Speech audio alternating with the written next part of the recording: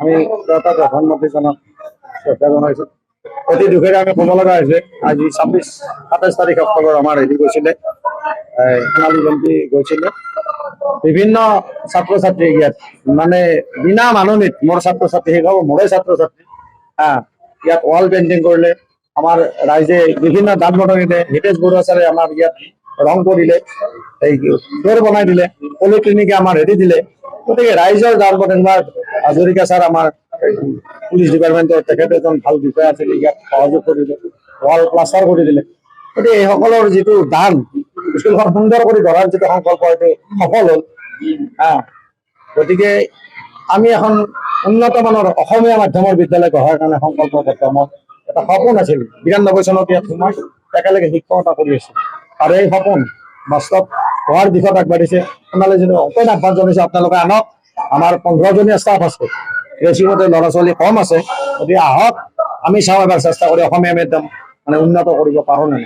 গতিকে এতিয়া ৰাইজে সহযোগ কৰিব, এইবাৰ নামভৰ্তি কৰিব। কিন্তু এছাম আমাৰ আন এখন আমাৰে অনুষ্ঠান, আমাৰ কাৰ্বি সংঘৰ যিটো অনুষ্ঠান হ'ল, তাত আহি কাঞ্চন চাউনৰ এজন মানে উদণ্ড যুৱক ক'ৰ পৰা আহিছে নাজানো, বৰদৈ হেঙেৰাবাৰী অঞ্চলৰ হয়তো নহয়, কাৰণ হেঙেৰাবাৰী যুৱ প্ৰজন্মৰ আমাৰ স্কুলখনৰ প্ৰতি মানে শ্ৰদ্ধা আছে, আৰু তেওঁলোকে লাগি পেলাই সোণালী জয়ন্তী সফল কৰিছে, এইটো ধন্যবাদ। কিন্তু সদায় বাহিৰৰ যুৱক যিয়ে আমাক চিনি নাপায়, যিয়ে আমাক শিক্ষক বুলি নাজানে, স্কুলখন কিমান উন্নত মানদণ্ডৰ নাজানে, আপোনালোকে এইবিলাক হয়তো দেখিছে।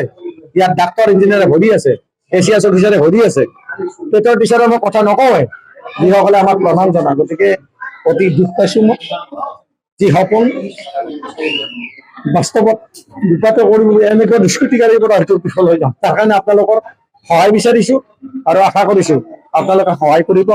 এই স্কুলখনক এদিন সফল বিদ্যালয় হিচাপে প্ৰতিষ্ঠা কৰাত মই সংকল্পবদ্ধ। ধন্যবাদ। চিন্তা কৰিব লাগিব যে ওচৰ চুবুৰীয়া যিখিনি অনুষ্ঠান আছে, বিশেষকৈ আমাৰ শিক্ষানুষ্ঠান ইমান কাষতে আছে, শিক্ষানুষ্ঠানবোৰ যাতে একো ক্ষতি নহয় সেই কথাটো চিন্তা কৰিব লাগে। আৰু যেতিয়া এই পৰিৱেশটো আজি নৱপ্ৰজন্মই কৰিছে, কাইলৈ আমি ল'ৰা ছোৱালীখিনিয়ে কি শিকিব? সদায়তো এইটো হৈ থাকিব। আপোনালোকৰ দ্বাৰা আপোনালোকে কিবা এটা ব্যৱস্থা কৰক যাতে দ্বিতীয়বাৰ এনেকুৱা নহওক, আৰু চবে সচেতন হওক যে বিদ্যালয়খন সদায় আমি ভালে ৰাখিব পাৰিম, যাতে থু খেকাৰ পেলাই লেতেৰা নকৰো। বিদ্যালয়খনৰ গেটৰ ওপৰত এগৰাকী লেডিজ উঠিছে, তেওঁ মানে এই বকুল গছজোপা ওপৰ পাইছেগে, এগৰাকী মহিলা। তেতিয়াহ'লে চিন্তা কৰকচোন, ল'ৰাসকলে কি কৰিছে? এই টিঙৰ ওপৰত উঠি বহিছে, কিমান নষ্ট কৰিছে। সেইকাৰণে কৈছো আমাৰ নৱপ্ৰজন্মই আমাৰ ল'ৰা ছোৱালীখিনিয়ে কি শিকিব যদি বাহিৰা মানুহখিনিয়ে যদি ইমান সদায় লেতেৰা কৰি থাকে? আমি কি পৰিৱেশ দিব চেষ্টা কৰিম? মানে সিহঁতে ৰাতিপুৱা আহি বেয়া পৰিৱেশটো যদি দেখা পায়, দিনটো ভাল লাগে জানো? আমাৰো বেয়া লাগে।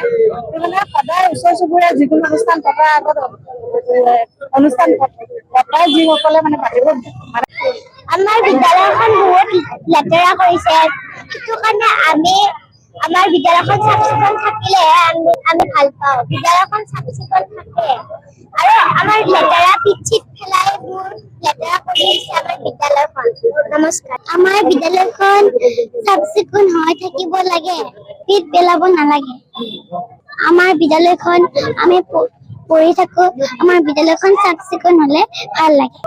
আমাৰ স্কুলখন বহুত লেতেৰা হলে বেয়া লাগে, ইমান চাফ চিকুণকে আমি থাকো স্কুলখনত, বহুত চাফ চিকুণকে থাকো, সেইকাৰণে ইমান লেতেৰা পিঠিত পেলাই থৈ দিছে, বেয়া লাগে ন? ইমান কষ্টকে মানে ৰং চং কৰি থৈ দিছে, সেইবাবে বেয়া লাগে লেতেৰা হৈ থাকিলে। আচলতে আমি ধৰ্ণা বুলি তেনেকুৱা নহয়, বৰ বিশেষ আমি কালিৰ পৰা অতি দুখ অনুভৱ কৰি আছো। এই বিদ্যালয়ৰ এগৰাকী শিক্ষক, আমি দুখ অনুভৱ কৰাৰ কথাটো হ'ল যে ইয়াৰ 26 আৰু 27 তাৰিখে ইয়াৰ সোণালী জয়ন্তী গৈছে স্কুলখনৰ।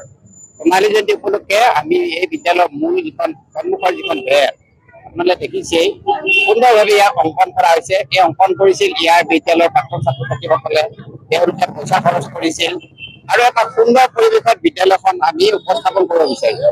আৰু এইখন গুৱাহাটীৰ এখন ঐতিহ্যমণ্ডিত বিদ্যালয়। এই বিদ্যালয়খনৰ নাম আছে গুৱাহাটীত। আজিও 350 গৰাকী ছাত্ৰ ছাত্ৰী ইয়াত অধ্যয়ন কৰি আছে। কিন্তু দেখিছো যে পৰহি কাৰ্বি যুৱক সংঘৰ যি এটা অনুষ্ঠান হৈ গ'ল, তাত সেইদিনা একাংশ উদণ্ড যুৱকে ক'ৰ পৰা আহিছিল নাজানো, আমি কাকো দেখা আমি চিনি নাপাওঁ, আৰু ইয়াৰ আয়োজক মণ্ডলীকো আমি দোষাৰোপ কৰা নাই।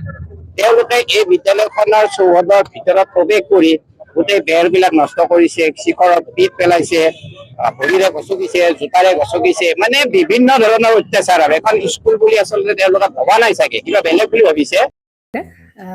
জুবিন গাৰ্গৰ গীতসমূহৰ ওপৰত আধাৰিত গানে কি আনে নামৰ এটা সুন্দৰ অনুষ্ঠান আপোনালোকৰ ওচৰলৈ আহি আছে অতি শীঘ্ৰে।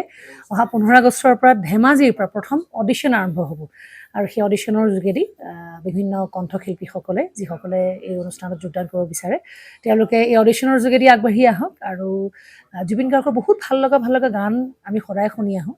আৰু আপোনালোকৰ যদি ভাল লগা গান থাকে জুবিন গাৰ্গৰ আপোনালোকে গাই ভাল পায় তেন্তে অডিশ্যনত যোগদান কৰক। মোৰ ফালৰ পৰা আন্তৰিক শুভকামনা থাকিল এই সম্পূৰ্ণ অনুষ্ঠানটোলৈ। ধন্যবাদ।